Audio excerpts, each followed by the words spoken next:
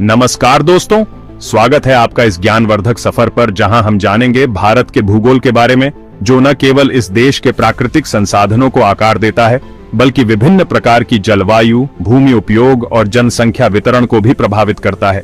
जी हां दोस्तों, भारत का भूगोल ये वो विषय है जो हमें हिमालय की बर्फ से ढकी चोटियों से लेकर दक्षिण के समुद्री तटों तक, पश्चिम के रेगिस्तानों से लेकर पूर्व के हरे भरे मैदानों तक ले जाता है। ये वो कहानी है जो विविधता और समृद्धि से भरपूर है। तो चलिए दोस्तों, शुरू करते हैं ये सफर और जानते हैं भारत के भूगोल के बारे में, जो हमें इस देश की संस्कृति, इतिहास और अर्थव्यवस्था को समझने में मदद करेगा।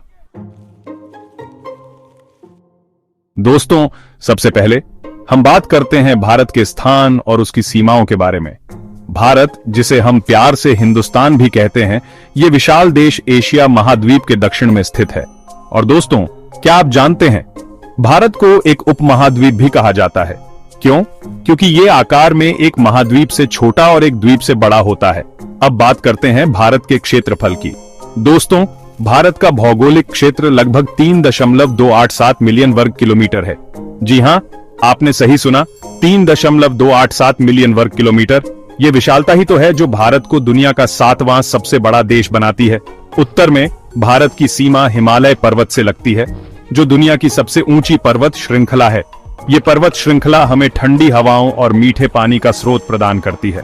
पश्चिम में भारत की सीमा पाकिस्तान से लगती है, जबकि पूर्व में बांग्लादेश और म्यांमार हमारे पड़ोसी देश हैं। और दोस्तों, दक्षिण में भारत 3 तरफ से समुद्र से घिरा हुआ है। अरब सागर पश्चिम में, हिंद महासागर दक्षिण में और बंगाल की खाड़ी पूर्व में। तो दोस्तों, ये था भारत का स्थान और उसकी सीमाओं का संक्षिप्त परिचय। अगले भाग में हम जानेंगे भारत की भौतिक संरचना के बारे में। दोस्तों, अब हम बात करते हैं भारत की भौतिक संरचना के बारे में। ये वो पहलू है जो भारत को इतना विविधतापूर्ण बनाता है। जी हां, भारत की भौतिक संरचना में कुछ प्रमुख भौगोलिक क्षेत्र शामिल हैं, जो देश की प्राकृतिक विशेषताओं को परिभाषित करते हैं।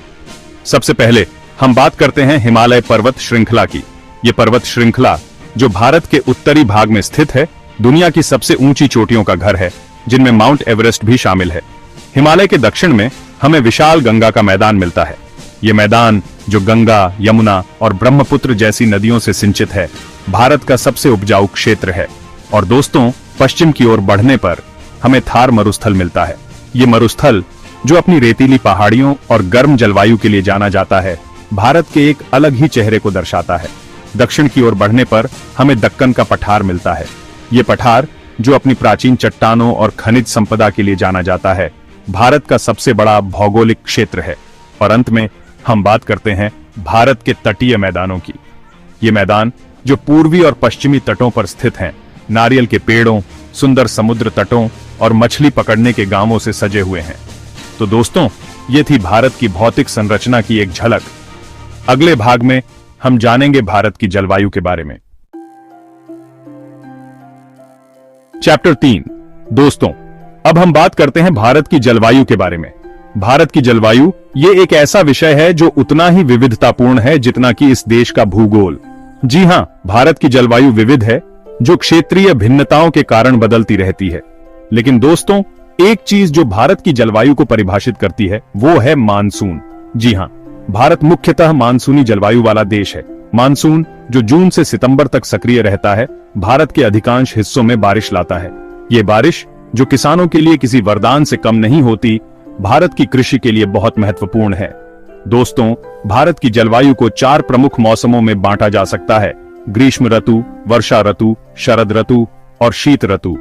ग्रीष्म ऋतु, जो मार्च से मई तक रहती है, गर्मी और उमस के लिए जानी जाती है। इसके विपरीत शीत ऋतु, जो नवंबर से फरवरी तक रहती है, ठंड और शुष्क होती है। वर्षा ऋतु, जो जून से सितंबर तक रहती है, भारत के अधिकांश हिस्सों में बारिश लाती है। और दोस्तों, शरद ऋतु, जो सितंबर से नवंबर तक रहती है, एक संक्रमणकालीन मौसम होता है। तो दोस्तों, ये थी भारत की जलवायु की एक झलक। अगले भाग में हम जानेंगे भारत के प्राकृतिक संसाधनों के बारे में। चैप्टर 4। दोस्तों, अब हम बात करते हैं भारत के प्राकृतिक संसाधनों के बारे में। जी हां, भारत प्राकृतिक संसाधनों से भरपूर है जो इस देश की अर्थव्यवस्था और लोगों के जीवन का आधार हैं। सबसे पहले हम बात करते हैं भारत की विशाल कृषि भूमि की। दोस्तों, भारत दुनिया के सबसे बड़े कृषि उत्पादक देशों में से एक है और यह सब संभव हो पाया है यहाँ की उपजाऊ भूमि और अनुकूल जलवायु के कारण। भारत में गेहूं, चावल, दालें, फल, सब्जियां और मसालों जैसी विभिन्न प्रकार की फसलें उगाई जाती हैं। और दोस्तों, क्या आप जानते हैं, भारत दुनिया का सबसे बड़ा मसाला उत्पादक देश है।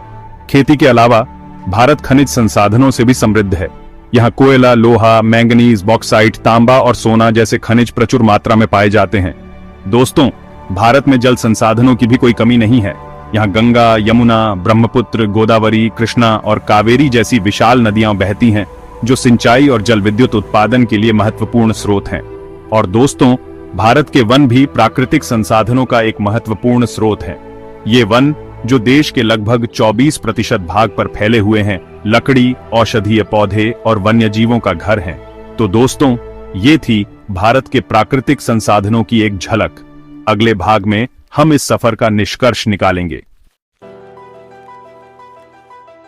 चैप्टर 5।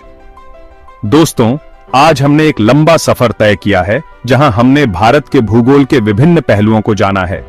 हमने देखा कि भारत का भूगोल कितना विविधतापूर्ण है, जिसमें पर्वत, मैदान, पठार, रेगिस्तान और तटीय क्षेत्र शामिल हैं। ये विविधता ही तो है जो भारत को इतना खास बनाती है। यहाँ की जलवायु, भूमि और प्राकृतिक संसाधन मिलकर इस देश को एक अनोखी पहचान देते हैं।